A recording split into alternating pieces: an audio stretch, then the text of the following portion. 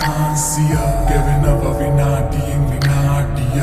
කතාවේ තව කොටසක් නිමාවිය දෙවියෝ ඇති තරම් කලරංග මන ඇගේ රූපේ එමුතිත් එක් වරක් මැකෙන්න බින්දුරේ කවදාවත් අහන්නේ මගෙන් ඇයි පම වූයේ මම පමා කළ තරමට ආසාව වැඩි වුණේ ඇමන්දෝදරී මම රාවණ එකාමිනී මමයි වත්ස්යයන වෙනසක් නැ මධ්‍යම රාත්‍රී මධ්‍යාහන මේ හෝරාවයි සංවාස අධ්‍යාපන